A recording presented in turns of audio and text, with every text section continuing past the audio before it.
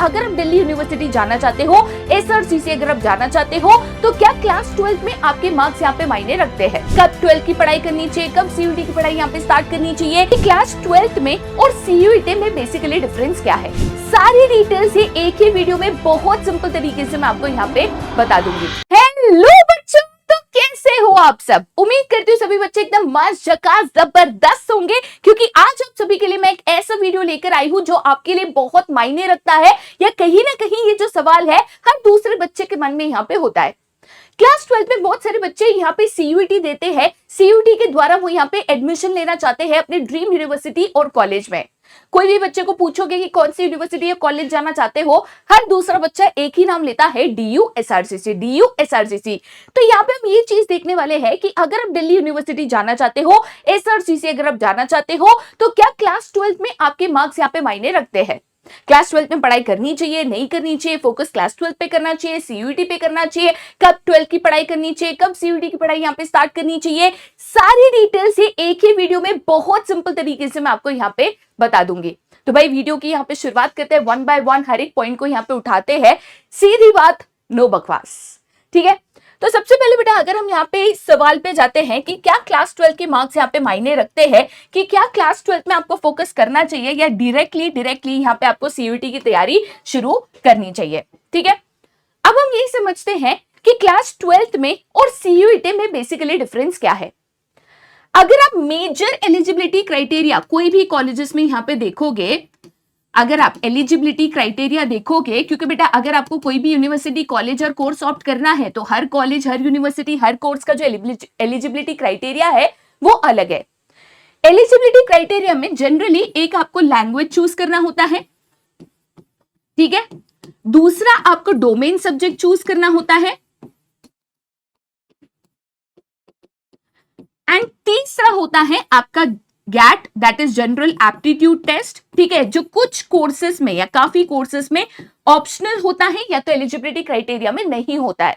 तो पहले तो आपको ये देखना है, सबसे इंपॉर्टेंट चीज तो ये है कि भाई आपका जो कोर्स है, कॉलेज है, यूनिवर्सिटी है जो आप यहाँ पे ऑप्ट करना चाहते हो, क्या उसमें गैट कंपलसरी है, नहीं है, एलिजिबिलिटी क्राइटेरिया में रिक्वायर्ड है या नहीं है। तो ये चीज को हम साइड में रखते हैं।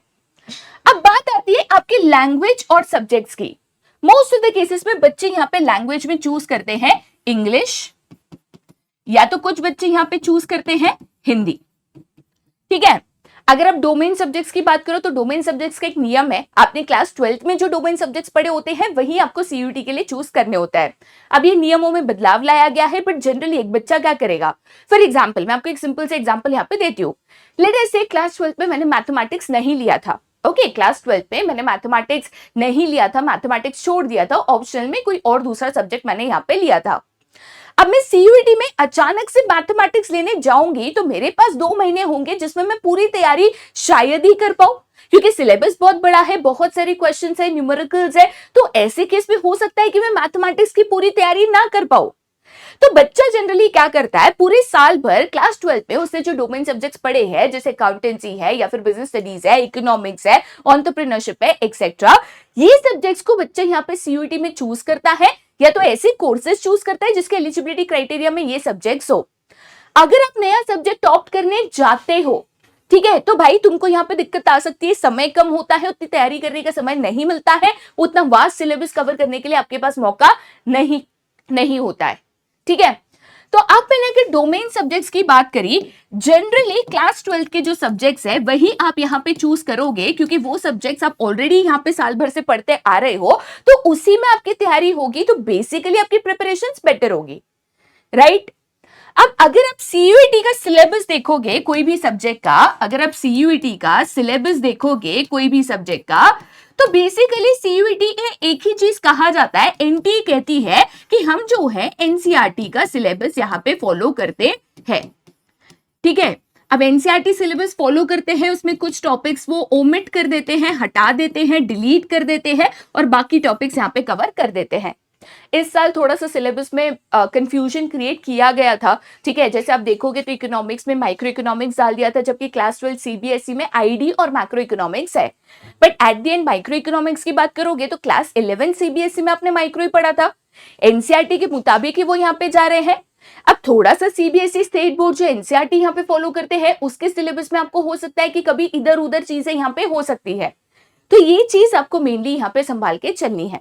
ठीक है, अब मैं अगर क्लास 12 की यहाँ पे पढ़ाई कर रही हूँ, क्लास 12 की मार्क्स मेरे लिए मायने रखते हैं नहीं रखते हैं, क्लास 12 पे फोकस करना चाहिए नहीं करना चाहिए, सवाल वहीं पे मेरा खड़ा होके आ जाता है। ठीक है, अब देखो बेटा एक चीज को यहाँ पे समझ के चलो, जो मेरा एनसीईआरटी का सिलेबस है, जो सीबीएसई भी यहाँ पे फॉलो करती है, जो अदर स्टेट बोर्ड्स है जो एनसीईआरटी फॉलो करके चलती है, वही चीज मेरे 12th में है। ठीक है, 12th में आप वही सिलेबस को यहाँ पे कवर कर रहे हो। अगर मैंने मेरे 12th को अच्छे से यहाँ पे कवर कर लिया, मतलब कहीं ना कहीं मैंने सीयूईटी की भी तैयारी यहाँ पे अच्छे से कर ली। अच्छा, सबसे जरूरी बात यहाँ पे क्या है, मेरी बात को ध्यान से सुनना। बहुत सारे कॉलेजेस एंड यूनिवर्सिटीज है, जैसे अगर मैं कहती हूँ दिल्ली यूनिवर्सिटी, ठीक है, जिसमें आपका ड्रीम कॉलेज होता है एसआरसीसी या other important top 5 colleges north campus की अगर मैं बात करूं, दिल्ली यूनिवर्सिटी हो या कोई भी अदर यूनिवर्सिटी हो, उनकी क्राइटेरिया में एक मिनिमम परसेंटेज का क्राइटेरिया आपने देखा होगा। ठीक है, minimum percentage in class 12th। अब ये मिनिमम परसेंटेज जो है करीबन 50% से लेके 60% के बीच में होता है, डिफरेंट कोर्सेज में, डिफरेंट सब्जेक्ट्स में, डिफरेंट कैटेगरी वाइज। जैसे जनरल कैटेगरी के लिए ज्यादा होता है, ओबीसी एससी एसटी के लिए कम होता है, तो 50 to 60% के रेंज पे यहाँ पे होता है। मतलब बेसिकली अगर मैंने 12th में जो मिनिमम परसेंटेज क्राइटेरिया है, अगर मैं ये क्वालिफाई नहीं करती, सीयूईटी में मेरे कितने भी अच्छे मार्क्स आ जाए, मैं बेसिकली उस कॉलेज में एडमिशन नहीं ले सकती हूँ। तो क्लास 12th में मुझे मिनिमम परसेंटेज तो लाने हैं। अब आप बोलोगे मैम 60% तो हलवा है ना, वो तो हम एंड में पढ़ेंगे तो भी हमारे आ सकता है ना, तो पूरा साल हमें पढ़ने की जरूरत क्या है? बराबर है आपका सवाल। अब मान के चलिए यहां पे टाई ब्रेकर आता है। ठीक है, टाई ब्रेकर का मतलब क्या होता है मैं आपको यहाँ पे समझा देती हूँ। लेट अस से दो कैंडिडेट्स है, कैंडिडेट ए है, कैंडिडेट बी है। ठीक है, दोनों का जो सीयूईटी स्कोर है वो सेम है, दोनों का जो सीयूईटी स्कोर है वो सेम है। अब मैं कैसे डिसाइड करूं, मेरे पास एक ही सीट बाकी है, वो सीट या तो मैं ए को दे सकती हूँ या तो बी को दे सकती हूँ, मैं डिसीजन कैसे लूं? देखो बेटा, सीयूईटी में बहुत सारे बच्चे होते हैं जिनका स्कोर सेम आता है, सेम नंबर्स में यहाँ पे उनका क्वालिफिकेशन आ जाता है। सीट्स लिमिटेड है कॉलेजेस पे, ऐसा नहीं है कि बच्चे ज्यादा तो सीट्स बढ़ा देंगे, ऐसे तो पॉसिबल नहीं होता है। तो ऐसे टाइम पे हम कैसे चूज करेंगे, अगर दो बच्चों में से एक को हमें एडमिशन देना है बट दोनों का सीयूईटी स्कोर यहाँ पे सेम है, तो इस केस में इन दोनों के बीच में टाई हो चुका है, तो टाई ब्रेकर के तौर पे, टाई ब्रेक करने के लिए हम यहाँ पे क्लास 12th के मार्क्स कंसिडर करते हैं कि भाई दोनों में से क्लास 12th में मार्क्स किसको ज्यादा आए थे।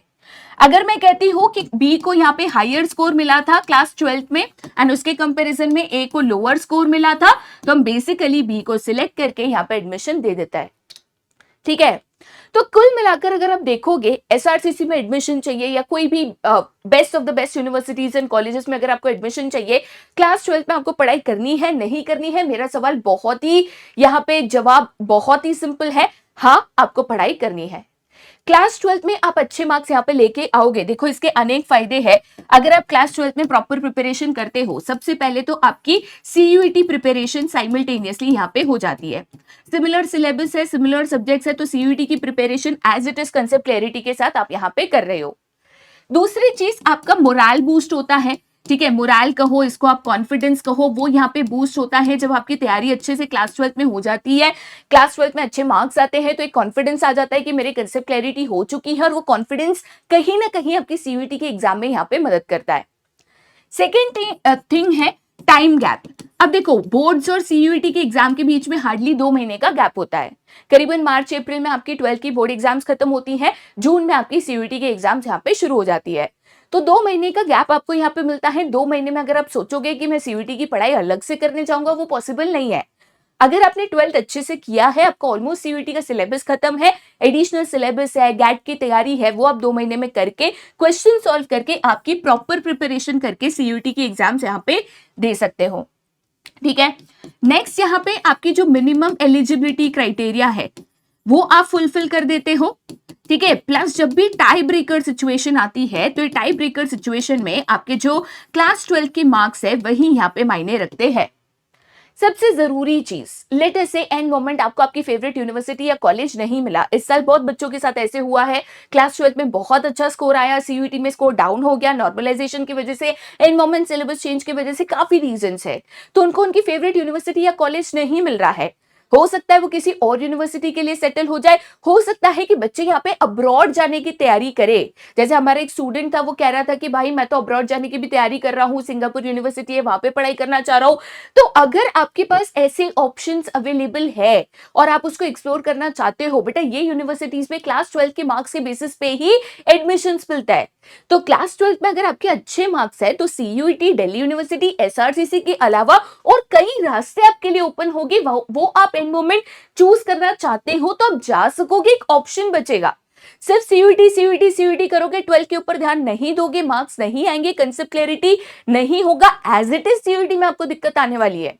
तो ये सोच के मत चलो कि मेरे लिए क्लास 12 मायने नहीं रखता, मेरे को तो दिल्ली यूनिवर्सिटी जाना है, एसआरसीसी जाना है, उसके लिए तो सीयूईटी की पढ़ाई करनी है, सिर्फ सीयूईटी की तैयारी करनी है। मत करो ये गलती। 12 की तैयारी पूरी करो, शुरुआत से यहाँ पे स्टार्टिंग से करो, प्रॉपर पेस से करो। अक्टूबर तक आपका सिलेबस खत्म हो जाएगा, मैक्सिमम नवंबर जाएगा, पीवाईक्यूज वगैरह सॉल्विंग आपकी शुरू हो जाएगी। आप नवंबर एंड दिसंबर से सीयूईटी की तैयारी शुरू कर दो दोस्त।